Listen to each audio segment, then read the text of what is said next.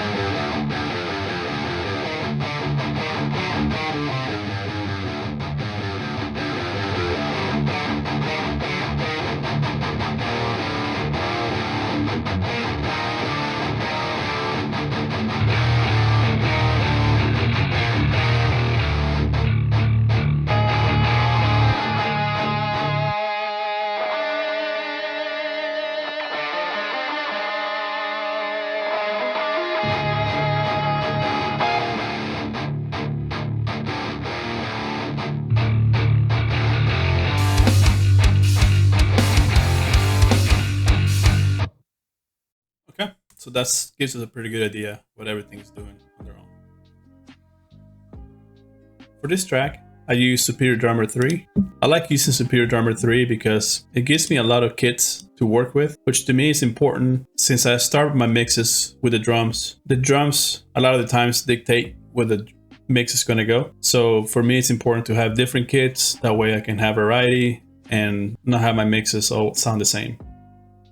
So I switch between Superior Drummer 3, which has a bunch of presets. I think I own 3 or 4 of the GGD packs. And between those 5 plugins, I get a lot of drum tones and a lot of variety. Also, a good thing with Superior Drummer 3 is that you get fully mixed sounds, and they have all these plugins already built into the plugin, like a plugin inception. And it allows me to just quickly adjust them for what I'm trying to do. If I were to do a real track, I would, put this out in its own track in Studio One and then use my plugins. But for these demos, I'm just trying to get them out quickly. Want them to sound good. This does the job.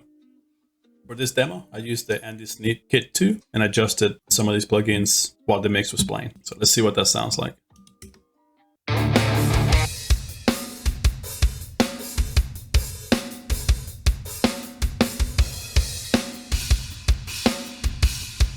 Some of my drum programming.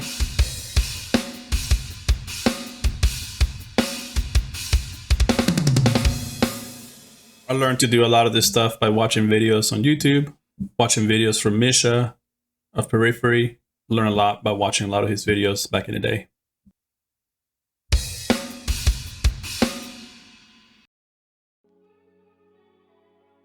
On this track, I played the bass. I have a budget Ibanez bass with EMG pickups. It does the job. Whenever I'm playing in standard tuning or drop D, I try to actually play the bass because any lower on that bass, it just gets really inconsistent with tuning. When that's the case, I use Eurobass 2 or Moto Bass for the consistency. But whenever I can, I try to play the bass. It just gets the feel just right for me. So let's listen to the bass. Let's start with the mix sound, and then I'll bring it back down to the DI, and then we'll see how we build it back up to the sound.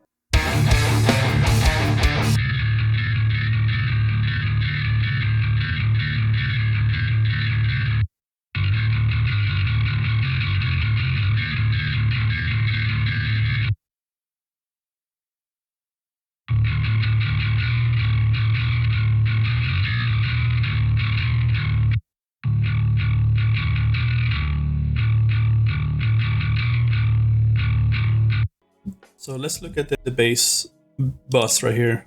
I usually have a bus and then 2 tracks that fit to it, DI and the dirt. Let's turn everything off here. Let's solo the DI so you can hear what my DI sounds like.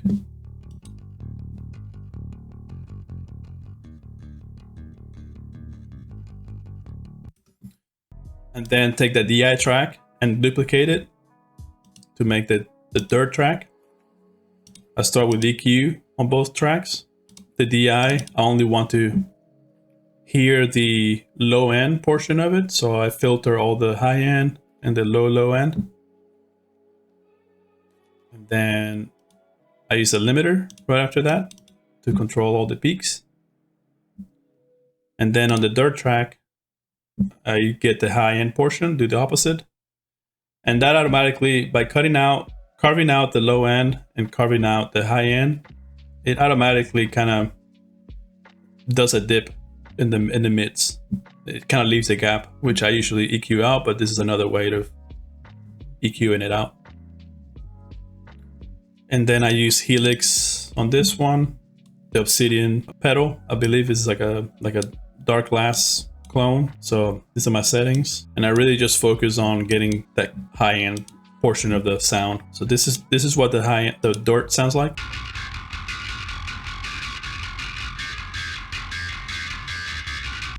And then this is what the low end sounds like.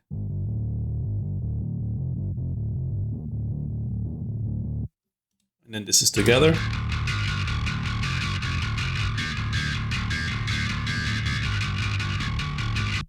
I then send those two together to a bus. And the first thing hitting the bus is NadIR with a Mesa cab, a Mesa bass cab 212. And then it just kind of puts it in the right place for me. So let's see what that's doing.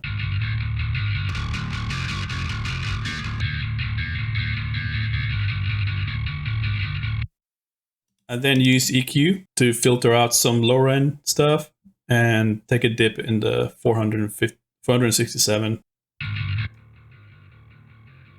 Just kind of get rid of a little bit of that boxiness. I usually just go straight to the limiter after this. That's what that's doing. And basically I'm looking at the meter a lot of the times, and I'm just making sure it doesn't move. That's when I stop.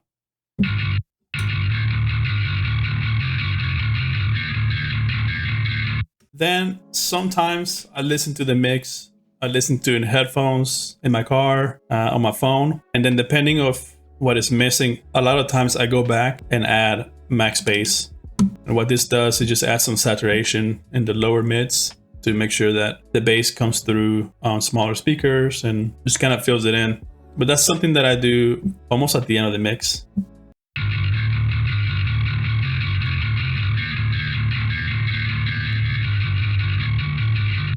It's more noticeable on smaller speakers. Sometimes it's just missing. It's a little push there.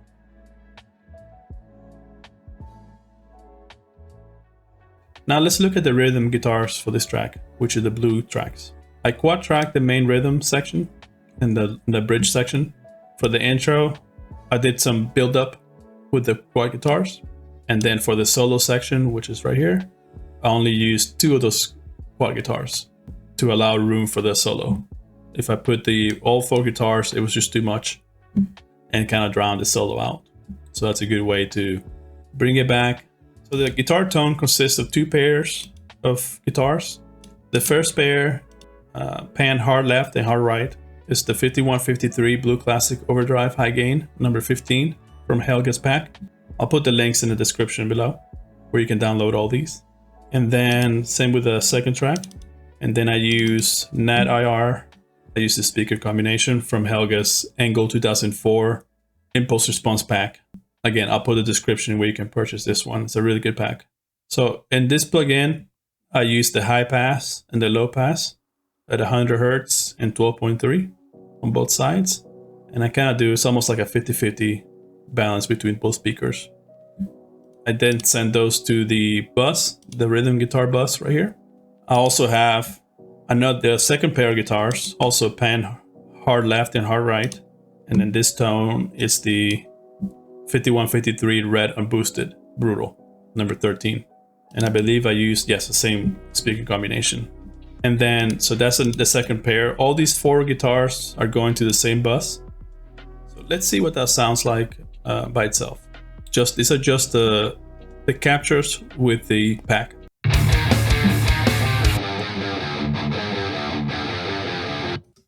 This is the first pair of guitars.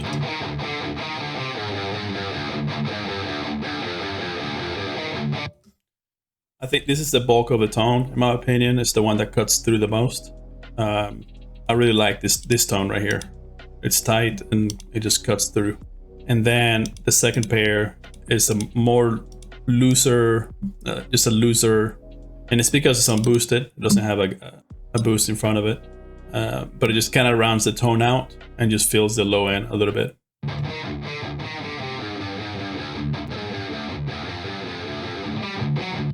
And then together.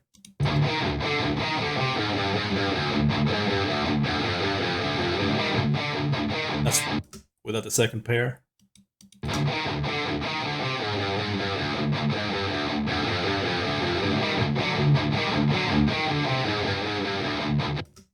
I do a little bit of automation on those little accents just to make sure they poke out at the right time. You can see it coming up.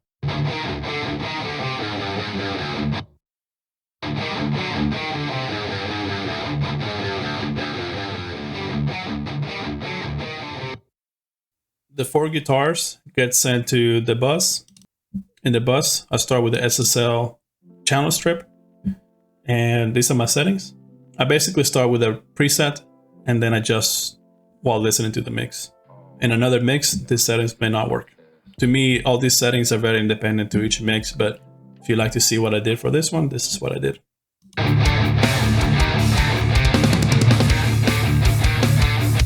When this orange is on, it's off, and when it disappears, the plugin is active. So let's see what it's doing.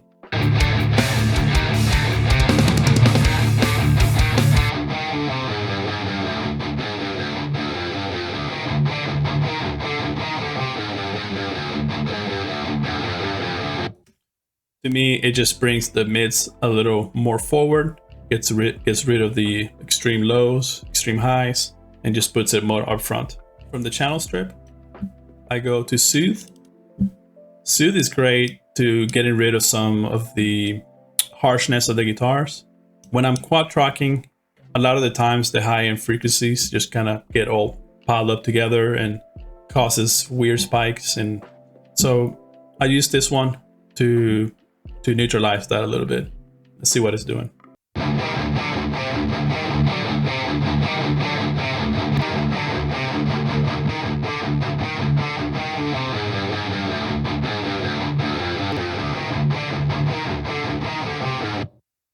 So it just gets rid of that harshness around 3K.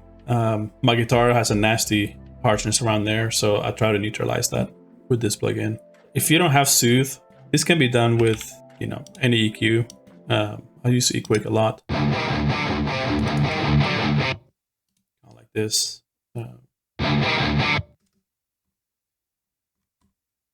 Get you a bell at around 3K. Like around there, and then you just notch it out. This is a good way, but this is not dynamic where the other one is. So it allows the guitar to breathe a little better. Another good one is if you use like a fat filter. You can also do it with this one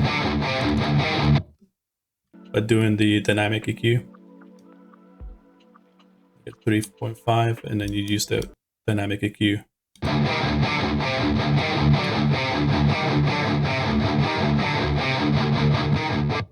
You can kind of accomplish the same thing, but Soothe does it a little different. So sometimes I use EQ, sometimes I use Soothe. For this one, I use Soothe. And Soothe has its preset E-guitar hash. So after that, I go to my multiband compressor. I disable all the bands except the low mid and do about 3 dB or so reduction when the palm mutes are hitting in the main riff. Let's see what that's doing.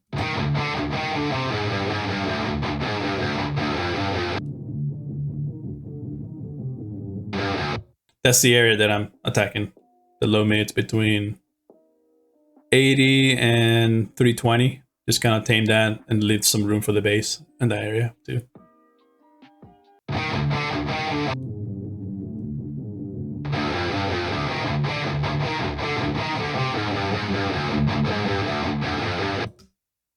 And then I usually finish my rhythm guitars with a limiter, a L1.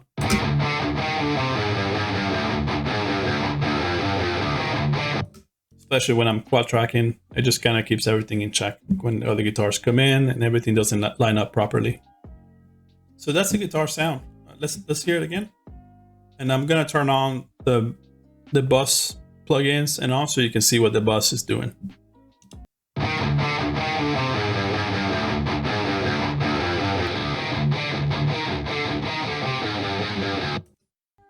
This is a sound you get from a real amp. I mean, this is very normal. You get a lot of the nasties and you usually have to tame it a little bit to make it fit in a mix and work with the other instruments. So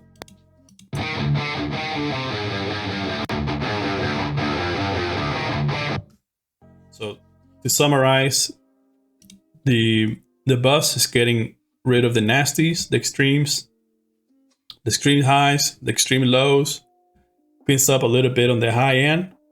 That way we can push the volume a little higher and get the guitars a little more up front in your face. Now that we see the guitar sound, let's see how the guitars and the bass are working together, because that's a really important relationship.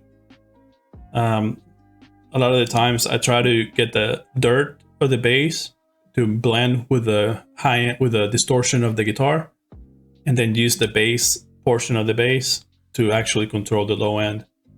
And the high end just kind of acts like a glue between the guitars and the bass.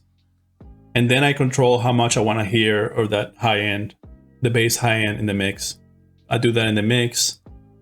I like hearing the bass poking out of the mix, the high, like the distortion, every once in a while. Not the whole time, but every once in a while I want to hear like clank, you know?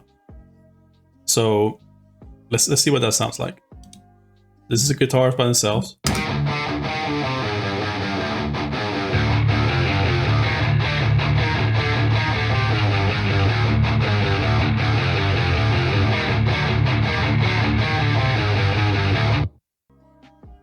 So you can see how the bass just kind of takes it to the next level.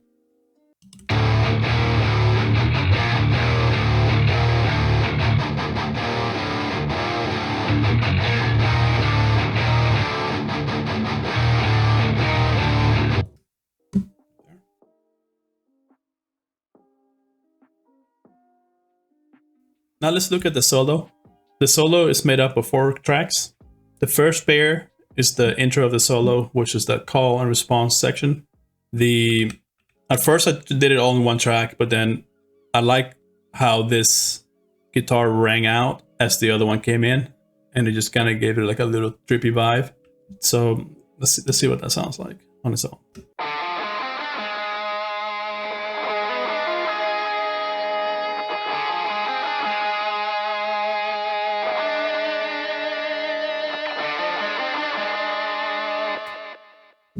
Very raw. I didn't edit it or anything. I didn't edit anything on this track.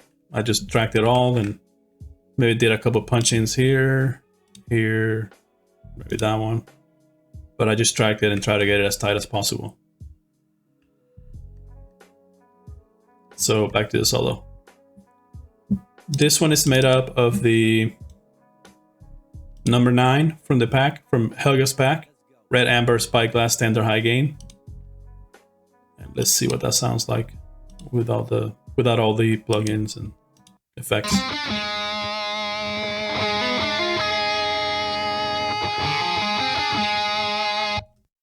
Then I use Equick EQ on the bus to filter out the low end, which you don't need for the solo, and then take care of this notch around 2.1 and then get rid of the really highs.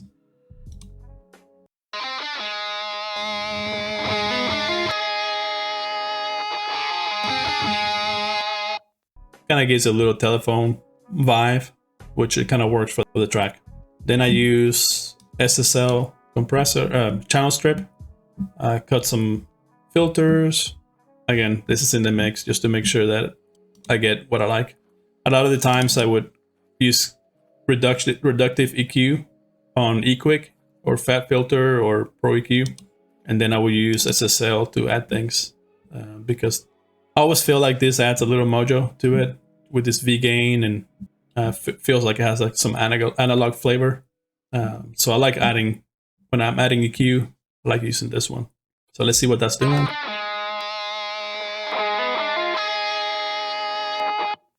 Basically gets rid of more highs.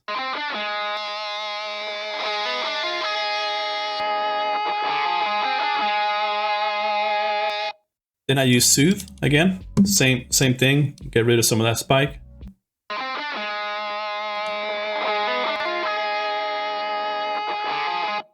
And then I usually finish my solo chain with a MJ UC. I really like this plugin. I like this solo presence preset, and then I adjust the drive and sometimes the timbre. So let's see what that's doing.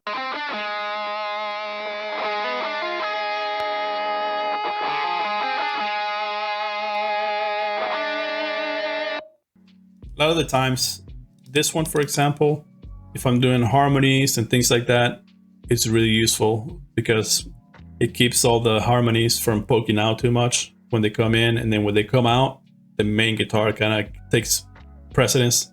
So kind of like an automation or a compressor. Then after that, I do a send to Helix. In Helix, I have a stereo delay, ping pong delay with a quarter note triplets, and these are the settings.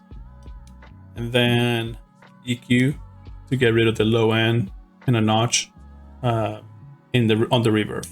If you guys don't do this, it's pretty cool to EQ your reverbs. So let's see what that's doing now.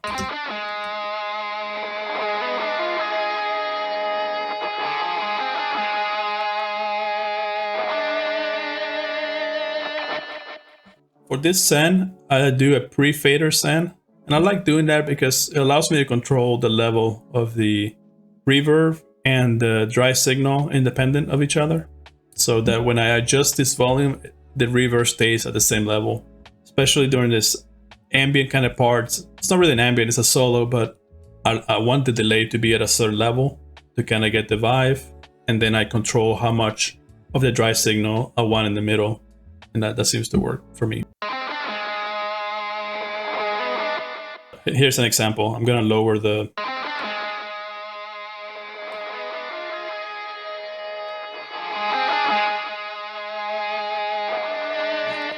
control how much of the dry signal I want. And then for the second portion of the solo, I use the same tones, same caps. Oh no, these are different caps. Okay, take note. These are different speaker combination for the solo, and I didn't use the high pass and low pass on this one.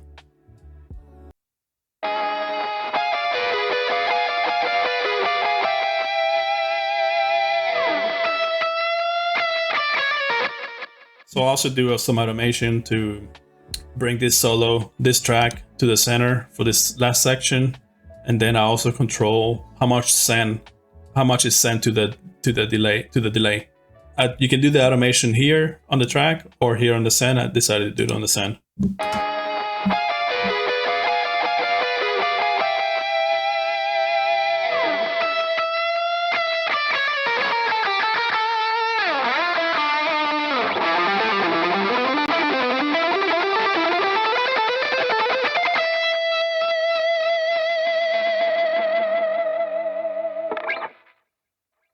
That's it.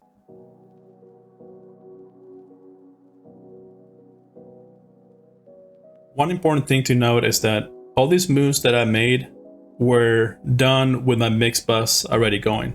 After I do my tracking and the bass and the drums, I start working on my mix bus, and then I start EQing into that. That's called top-down mixing. I learned that from Nolly and many other people. But in this mix bus, I have the virtual tape machine, and I use I believe I used one of these presets. No, I came up with this setting somewhere, and then one important thing I like to do is lower this bass alignment to like 3 or so it just kind of keeps the low end in check. Then I use virtual mix track, Pretty standard stuff. Actually, I think I pull up a preset and adjust it from there. If you haven't noticed, I like starting with presets and then adjusting. If you like working fast, this is the way. The next plugin is actually doing quite a bit in the mix. It's the Mastering EQ. This is something that I've been experimenting here more lately, and it's doing mid-side EQing in the mastering chain.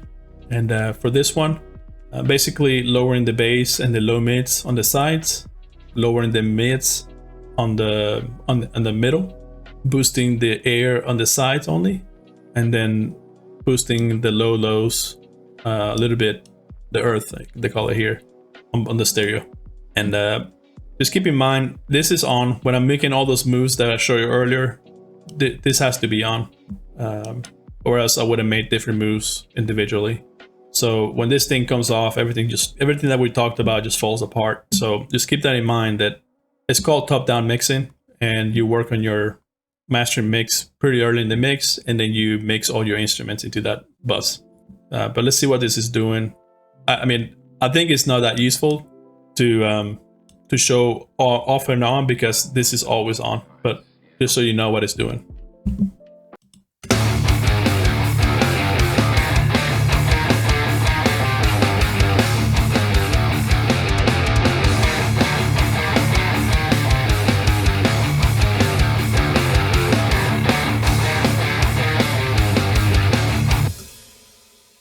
It just clears up a lot of the middles, the mids. It gets rid of some of the hunkiness in the middle, but leaves it on the sides. I don't know, just like what it does. I'm gonna keep messing with it, experimenting with this, and trying to make it better, but I really like what it does. And then after that, for this one, I used Brainworx Master Deck. I like this mastering compressor. I use it a lot very early in the mix, just to get a quick mix to listen in my car, just kind of get the vibe for the song somewhere else. And then I usually take it off and put a like FG2 or Fab Filter L2. But in this mix, I decided to keep this one. I liked what I was doing. And this does some mid-side EQ too, where you can make the anything below 80 hertz mono, and then some stereo widening, and then you can some minor EQ as well. So let's see what this one is doing. The volume's gonna go up and down.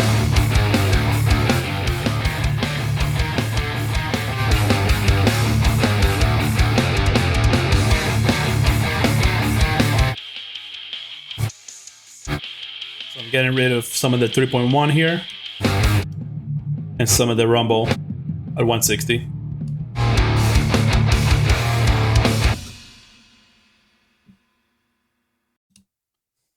Well, that's it. This is my mix for the track. Hope you guys were able to get something out of it. If anything, I would like you guys to see how simple all these moves were. The most important thing is using good captures, in this case from Helga, good IRs from Helga as well. By the way, if you want to support Helga, go buy this pack. I think it's like $3 or $4, maybe $5. Well worth it. Has a lot of, look how many you get. You get 2 speakers, 4 mics, and all this combination. And they sound amazing. I mean, they're great. With these captures, it just is a good match. If you want to support Helga, this is a good way. Then I use Superior Drummer. Yes, I use presets here. I tweak these. I can send these out to multi-out in Studio One and spend 3-4 hours mixing from scratch. But right now, that's not what I'm into. I used to be in Now the Mix for 2 years and work with tracks with over 60, 80 tracks, bunch of drum samples.